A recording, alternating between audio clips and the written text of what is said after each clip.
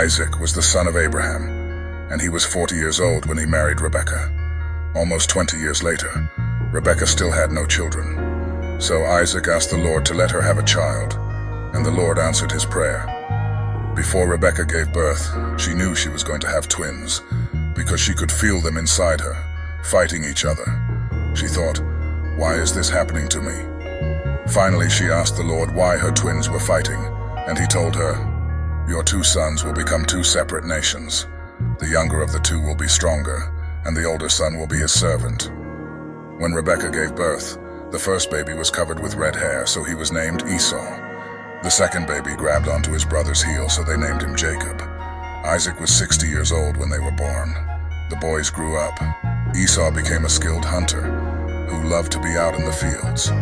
But Jacob was a quiet man who stayed at home. Esau was Isaac's favorite because he was fond of good meat, but Jacob was Rebekah's favorite. One day Esau came back from hunting. He was tired and weak from hunger. Jacob was boiling a pot of beans. So Esau said to Jacob, "I am weak with hunger. Let me have some of that red soup." Jacob replied, "Sell me your rights as the firstborn son."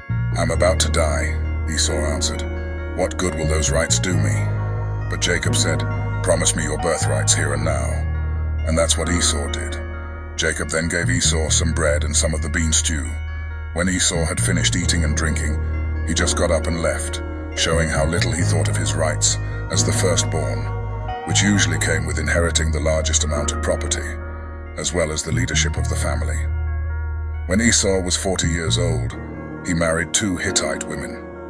These marriages made Isaac and Rebekah very unhappy. When Isaac grew old, his eyes were so bad he could see only shadows. He called in his firstborn son Esau and said, "I am old and might die at any time. So take your bow and arrows and go hunting. Kill an animal for me to eat. Prepare the food that I love. Bring it to me and I will eat it. Then I will bless you before I die." Rebekah had been listening, and as soon as Esau left to go hunting, she said to Jacob, "I heard your father tell Esau to kill a wild animal and cook some tasty food for him before he dies.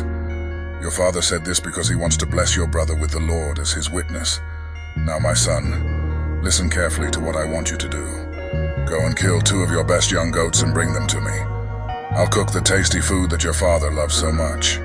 Then you can take it to him so he can eat it and give you his blessing before he dies." "My brother Esau is a hairy man," Jacob reminded her, "and I am not. If my father touches me and realizes I am trying to trick him, he will put a curse on me instead of giving me a blessing." Rebekah insisted, "Let his curse fall on me. Just do what I say and bring me the meat." So Jacob brought the meat to his mother, and she cooked the tasty food that his father liked. Then she took Esau's best clothes and put them on Jacob. She also covered the smooth part of his hands and neck with goatskins, and gave him some bread and the tasty food she had cooked. Jacob disguises himself as his brother Esau to receive his father Isaac's blessing. Despite Isaac's initial suspicion due to Jacob's voice, the deception is successful, and Isaac unknowingly blesses Jacob with prosperity and dominion. As Jacob departs after receiving the blessing, Esau returns with the food for his father, and they both realize the deception.